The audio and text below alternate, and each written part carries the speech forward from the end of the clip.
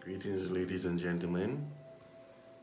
January 29th, the Bible, 366 days for men, women, boys, and girls by Angus Buchan. We're looking at Deuteronomy chapter 1, moving through Genesis, Exodus, Leviticus, Numbers. Now we're in Deuteronomy. Deuteronomy chapter 1, verse 6 to 8, and verse 19 to 21, using the New Living Translation. When we were at Mount Sinai, the Lord our God said to us, "You have stayed at this mountain long enough. It is time to break camp and move on. Go to the hill country of the Amorites and to all the neighboring regions, the Jordan Valley, the hill country, the western foothills, the Negev, and the coastal plain. Go to the land of the Canaanites and to Lebanon, and all the way to the great Euphrates River. Look, I am giving all this land to you.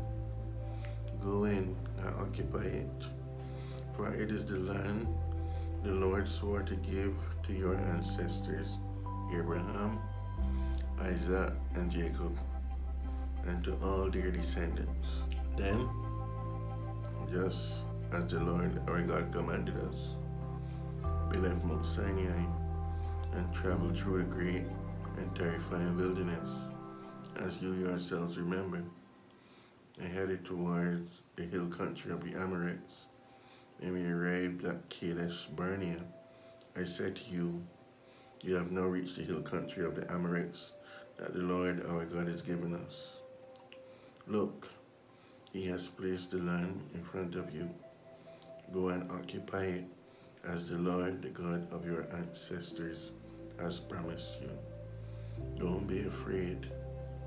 Don't be discouraged." Angus Buchan says there comes a time when you have to move on, whether in business, sport, or even ministry. God will say when we need to move across and possess the land. It takes a lot of faith, and God always honors faithfulness. Keith Green once said, "If you are not moving forward, you are going backward." We need to go in and possess the land. Well, not much to say to this one tonight on January 29th. He themes it, time to move on. One of the hardest things as a Salvation Army officer is moving.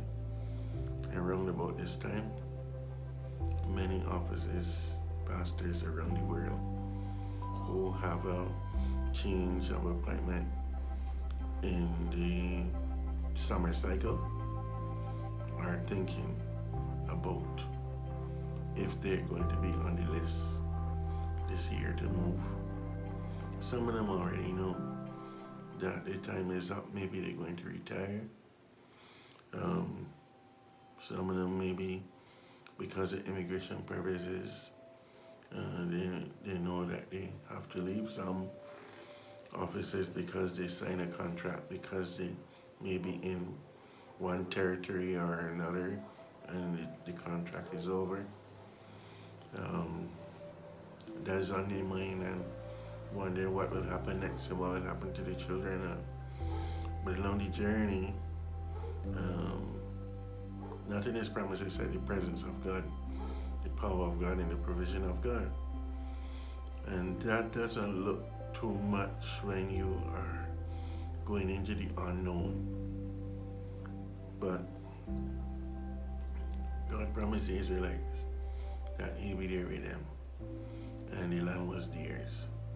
And so we always have to kind of condition ourselves to say, well, we don't know where we're going, even though we may have heard about the country or we may have heard about that church, that institution where they may send us, even though we may know a little about it, we don't fully know, but the time is set, so we decide to move